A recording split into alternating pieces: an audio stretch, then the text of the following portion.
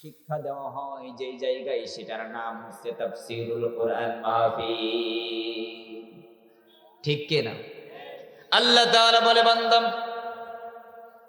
এই দুনিয়ায় আমি তোমাকে পাঠিয়েছি, 5টা জগৎ তোমাকে পাড়ি দিতে হবে। ইতিমধ্যে রূহের জগৎ তোমরা পাড়ি দিয়েছ। রূহের জগতের পরে মায়ের গর্ভের জগতে তোমার আসতে হবে। তুমি যখন রূহের জগতে ছিলে, তোমার রব তোমার সামনে প্রশ্ন করেছিল, আলাস্তু বিরাব্বিকুম। রব্বুল আলামিন আমাদের সকলের কাছে প্রশ্ন করেছিলেন, আলাস্তু বিরাব্বিকুম, আমি কি তোমাদের রব নই? আমরা সবাই এক বাক্যে উত্তর দিয়েছিলাম, ক্বালু বালা, হ্যাঁ, তুমি আমার রব, তুমি আমার রব, তুমি আমার আল্লাহ। এই জন্য রব্বুল আলামিন এই পৃথিবীতে যখন মানুষকে পাঠিয়েছেন, হযরত আদম আলাইহিস সালাতু ওয়াস সালামকে যখন দুনিয়ায় তৈরি করলেন, মাহফিল থেকে কি কি শিক্ষা আমরা নিব, প্রতিটা পয়েন্ট আকারে বলবো। আমরা এই শিক্ষাগুলো নিয়ে যেন বাড়ি যেতে পারি, এগুলো যেন মনে রাখতে পারি, মনে রাখতে হবে। হযরত আদম আলাইহিস সালাতু ওয়াস সালামকে তৈরি করা হলো।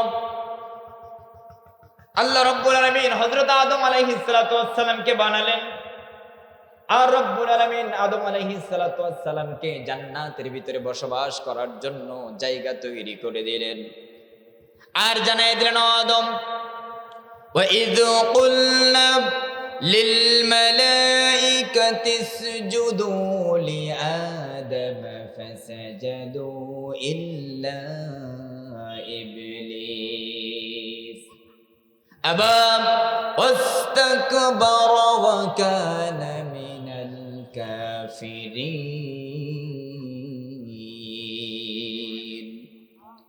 আল্লাহ রাব্বুল আলামিন আদমকে বললেন, আদম, জান্নাতে বসবাস করবে।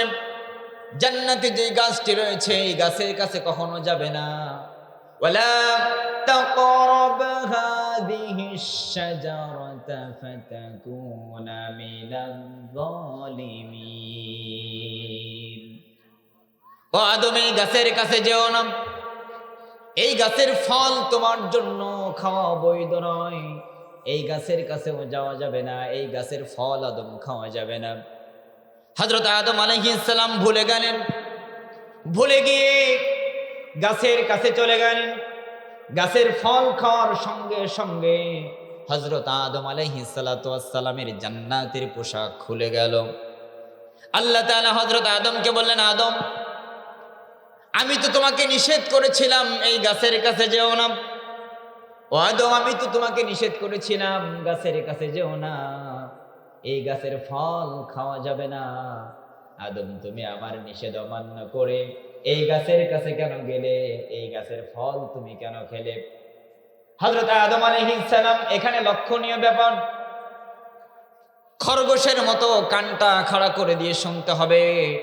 হযরত আদম আলাইহিস সালাম যখনই বুঝতে পারলেন আমার ভুল হয়ে গেছে, নিজের ভুল বুঝতে পারার সঙ্গে সঙ্গে আদম আলাইহিস সালাম পড়ে নিলেন। সবাই পড়েন, রব্বানা, সবাই একসাথে, রব্বানা যালামনা আনফুসানা ওয়া ইল্লাম তাগফির লানা ওয়া তারহামনা লানাকুনান্না মিনাল খাসিরিন।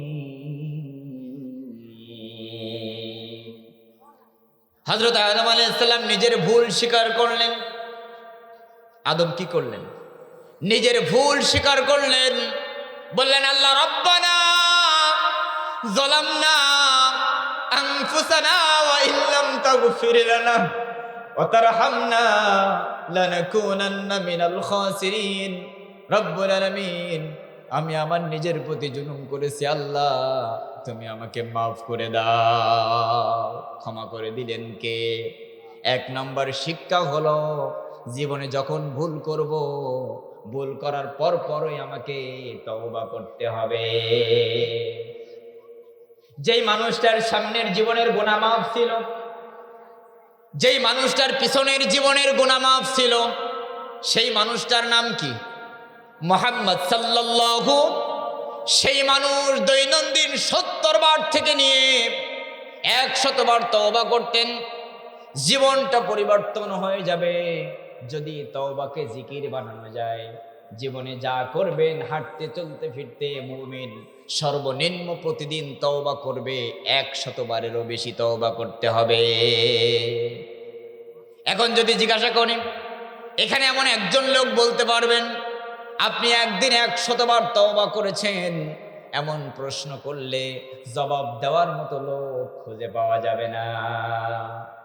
অথচ যেই মানুষটার সামনের জীবনের গুনাহ মাফ ছিল, যে মানুষটার পিছনের জীবনের গুনাহ মাফ ছিল, সেই মানুষটা দৈনন্দিন তওবা করেছেন 70 বার থেকে নিয়ে 100 বার পর্যন্ত তওবা করেছেন মুহাম্মদুর রাসূলুল্লাহ সাল্লাল্লাহু।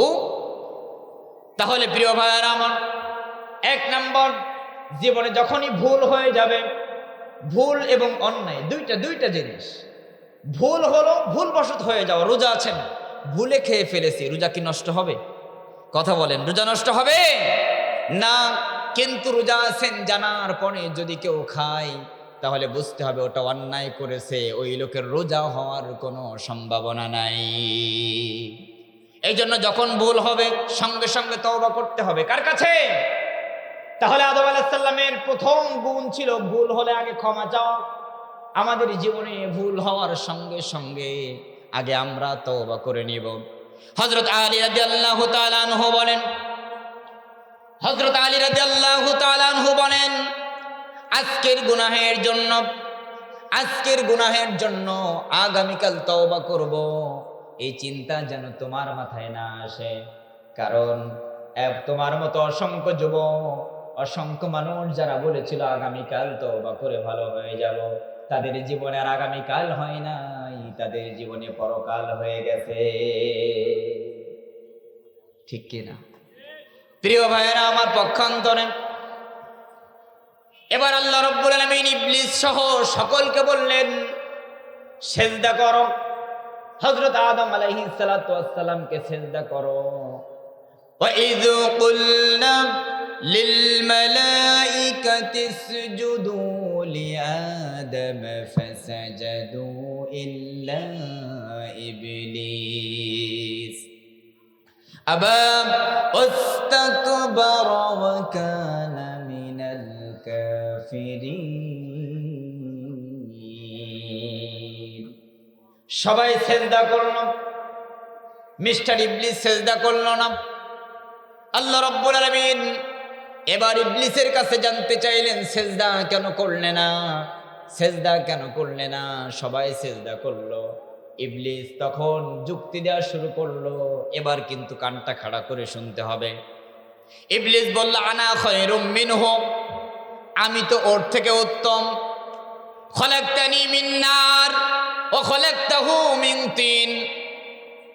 কিছু সমাজের লোক আছে এমন, কাউকে সালাম দেওয়ার সময় মনে করে আমি স্কুলে হেডমাস্টার, ও আমার সহকারী, ওরে আমি সালাম দেব, ও আমার বাড়িতে কাজ করে, ওরে আমি সালাম দেব, এ সমাজের ভ্যান চালক, ওরে আমি সালাম দেব।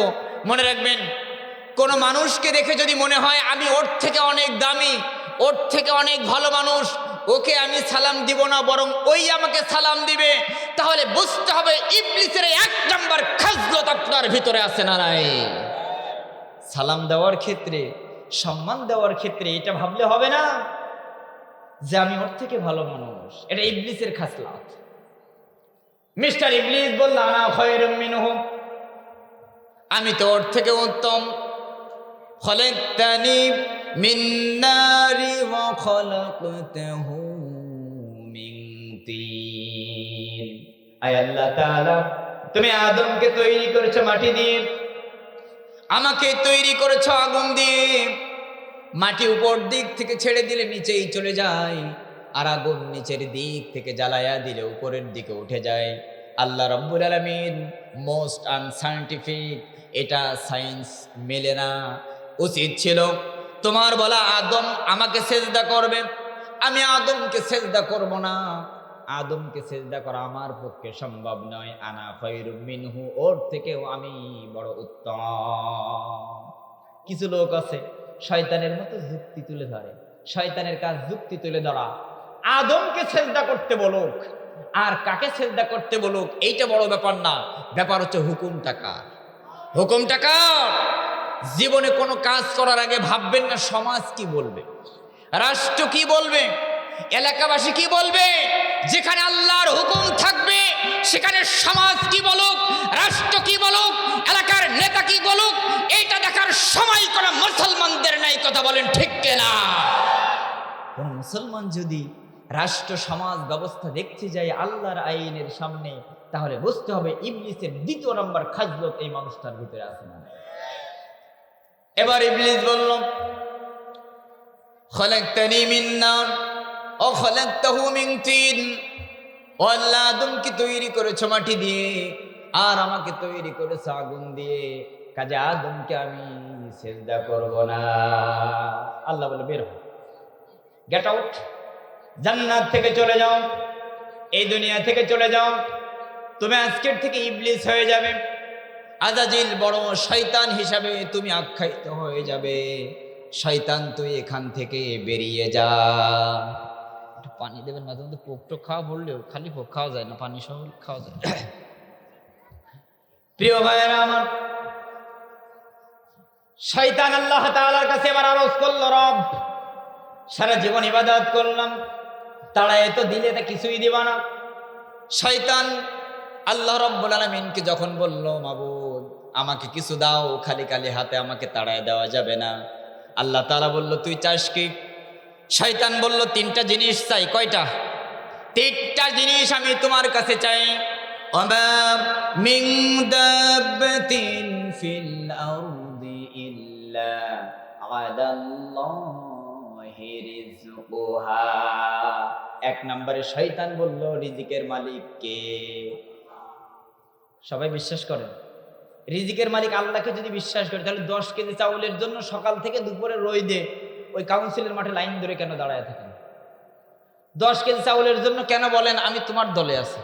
যখন যে ক্ষমতা আসে তখন বলে আমি তোমার লোক। 10 কেজি চাউলের জন্য যতবার ওই মেম্বারের বাড়ি, চেয়ারম্যানের বাড়িতে হাঁটে আর সকাল থেকে নিয়ে ওই রোদ্রে লাইন ধরে শত শত মানুষের সামনে দাঁড়ায় থাকে মাত্র 10 কেজি চাউলের জন্য। ও ওই সময়টুকু অন্যের জমিতে খেতে কাজ করলাম তো 50 কেজি চাউল কিনতে পারে, 20 কেজি কিনতে পারে। কথা বলেন ঠিক কিনা? রিজিকের মালিক কে? দুনিয়ায় যদি কেউ কাউকে রিজিকের ভয় দেখায় যে তোর রিজিক মেরে দেবো, না, আমি আমার রিজিক নিয়ে দুনিয়াতে এসেছি। শয়তানও বলল রিজিকের মালিক কে। আর আজকের জামানার মানুষ যদি রিজিকের জন্য চেয়ারম্যান, মেম্বার আর কাজের কাছে গিয়ে ধন্য ধরে, আল্লাহ তাআলার কাছে গিয়ে না চায়, তাহলে বুঝতে হবে শয়তানের থেকেও নিকৃষ্ট। কথা বলেন ঠিক কিনা? আল্লাহ তাআলা তার কাছে শয়তান দাবি জানালো, রব এক নম্বরে রিজিকের মালিক তুমি, আমাকে রিজিক দিতে হবে কিয়ামত পর্যন্ত। আল্লাহ তাআলা বললেন, তোমার মঞ্জুর হয়ে গেল আবদার। তোমার দ্বিতীয় নাম্বার আবদার কি? শয়তান দ্বিতীয় নাম্বার আবদার বলল, আমাকে ইনভিজিবল বানায় দেন, আমাকে অদৃশ্য বানায় দেন, যাতে মানুষের সেরা উপসেরাই ঢুকে আমি মানুষকে ক্ষতি করতে পারি। আল্লাহ বলল মঞ্জুর হয়ে গেল। কিন্তু এখন সারা সপ্তাহ নামাজ নাই, শুধু জুমার নামাজে এসে অনেকে মুসলমান দাবি করে আর কয় শয়তানে আমারে ধোঁকা দিছে। মনে রাখবেন, শয়তান সেজদা করে নাই কয়টা? আর আপনি আমি অনেকে প্রতিদিন 5 ওয়াক্ত নামাজে কতগুলো সেজদা কামাই করি। আপনাকে আমাকে শয়তান দাগা দিবে না। শয়তান তো দেখলে সেলুট করে। বর্তমান জামানার কিছু লোক আছে যাদেরকে ইবলিস শয়তান দেখলে তার কাছ থেকে দূরে চলে যায়, যে না, আমি যা শয়তান আছি ওর থেকে বড় শয়তান হয়ে যাবে।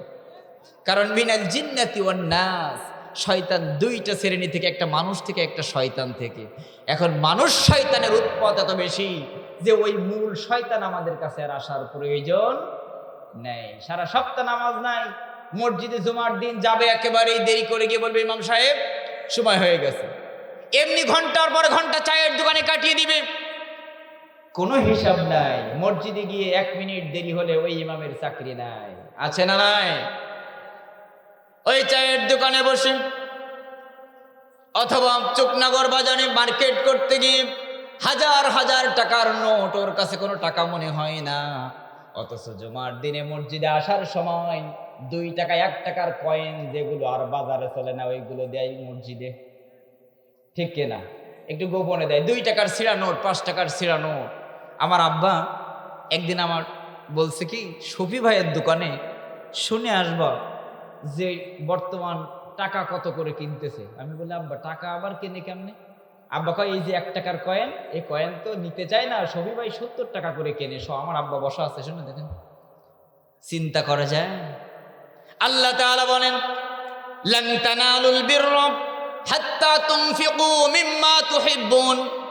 তুমি ওই জিনিস মানুষকে দান করো যেটা তুমি তোমার নিজের জন্য পছন্দ করো। বাড়িতে রান্না হয়েছে দোপেজা, 5 দিন খাওয়ার পরে আর খাওয়া যায় না, তাই পাশের গরিব মানুষকে ডেকে কয় তরকারি নিয়ে যা, আলুর দোপেজা আছে, আর যাওয়ার সময় গোয়ালটা একটু ঝাড়ু দিয়ে যা, উঠানটা একটু ঝাড়ু দিয়ে যা, আছে না নাই?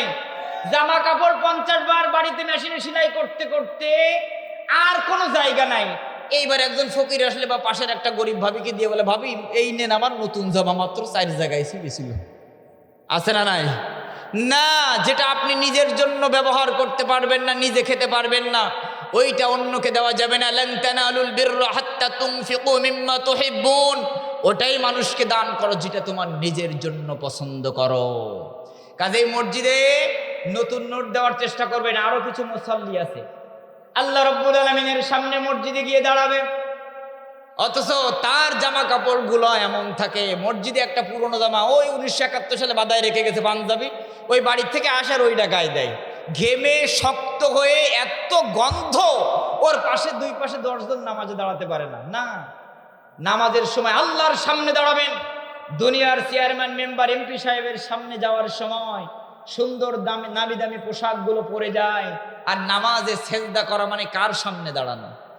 আল্লাহর সামনে যাওয়ার সময় বাড়ির একদম সিরাজে জামা, যা জীবনেও আর চলে না, এত দুর্গন্ধ, 45 বছর কাছেই নাই, এই জামা পরে মসজিদে যায়। এই অবহেলার নামাজ দিয়ে ফাওয়াইলুল লিল মুসাল্লিন, এদের জন্য দুর্ভোগ যারা নামাজের ব্যাপারে অবহেলা করে। ওই নামাজ পড়ে লাভ হবে না। প্রিয় ভাইয়েরা আমার, এবার শয়তান বলল আমার 2 নাম্বার দাবি হলো আমাকে অদৃশ্য বানায় দিতে হবে, আর 3 নাম্বার হলো কিয়ামত পর্যন্ত আমার আয়ু দিয়ে দিতে হবে। আল্লাহ তাআলা বলল তোমার 3টা আবদার মঞ্জুর। এবার শয়তান বলল রব ও আমার আল্লাহ, তোমার জাহান্নামের সংখ্যা তুমি আরো বৃদ্ধি করে দাও, আমি তোমার আদম সন্তানদেরকে ধোঁকা দিয়ে দিয়ে জাহান্নাম ভরে ফেলে দেব। শয়তানকে আল্লাহ জাহান্নাম বাড়াও, তোমার বনি আদমকে সব ধোঁকা দিয়ে দিয়ে আমি জাহান্নামের ভিতরে নেব। আল্লাহ তাআলা বলল শয়তান তোর তওবা কবুল হবে না, শয়তান তোর তওবা কবুল হবে না, কিন্তু আমার কোন বনি আদম গুনাহ করার পরে যদি আবার আমার কাছে ফিরে আসে, বিশ্বনবীর কাছে প্রশ্ন করা হয়েছে ইয়া রাসূলুল্লাহ ইয়া হাবিবাল্লাহ, তওবা কোন পর্যন্ত কবুল হবে? আল্লাহর নবী বলল পূর্ব দিগন্ত থেকে নয়, পশ্চিম দিগন্ত থেকে সূর্য উদিত হওয়া পর্যন্ত, আর মাথার কাছে হযরত আজরাইল আলাইহিস সালাতু ওয়াস সালাম আসা পর্যন্ত কোন বান্দা যদি তার ভুল বুঝতে পারে, ওই বান্দার তওবাগুলো কবুল করে ক্ষমা করে দিবেন কে? ক্ষমা করে দিবেন কে? সে আল্লাহ তাআলার দরবারে একটু প্রাণ খুলে পড়ি আলহামদুলিল্লাহ। সেই রব আমাদেরকে বলে বান্দা, ওই আখিরাতের জীবনের জন্য, পরকালের জিন্দেগির জন্য দুনিয়া থেকে কিছু চিকিৎসা তোমাকে নিতে হবে। তুমি তো মানুষকে মাটি দেওয়ার সময় দুনিয়া যাদের জন্য শেষ করে দিয়েছো, যাদের জন্য জীবনটা তেজপাতা করে দিয়েছো, তুমি কি খেয়াল করো নাই এই মানুষগুলো তোমার কবর দেওয়ার সময় 5টা মিনিট অপেক্ষা করে সুন্দরভাবে তোমার কবরে মাটি দিবে? এতটুকু সময় তাদের হয় না, দূর থেকে ব্যস্ত ব্যস্ত মাটি চেলে দিয়ে তাড়াতাড়ি বাড়ি যাওয়ার চেষ্টা করে। অনেকে তো জানাজার সেরে মাটি দেওয়ার সময় নেই। কাদের জন্য জীবনটা শেষ করেছো? আখিরাতের জন্য কিছু চিকিৎসা বান্দা তুমি নিয়ে যাও। আল্লাহ তাআলা এই জন্য স্মরণ করে দিচ্ছেন বান্দা, মিন্নাহা, সবাই আমার সাথে পড়েন, মিন্নাহা খলাকনাকুম ওয়া ফিহা ফাহইয়াকুম, আমি রব তোমার জীবন দিয়েছি, সুম্মা ইউমীতুকুম, এই জীবনের পরে আবার তোমাকে মারা হবে, তুম্মা ইউহয়িকুম, জীবনের পরে আবার তোমাকে বাঁচানো হবে। তুম্মা ইলাইহি তুরজাউন, ফিরে যেতে হবে কার কাছে? কার কাছে ফিরে যেতে হবে?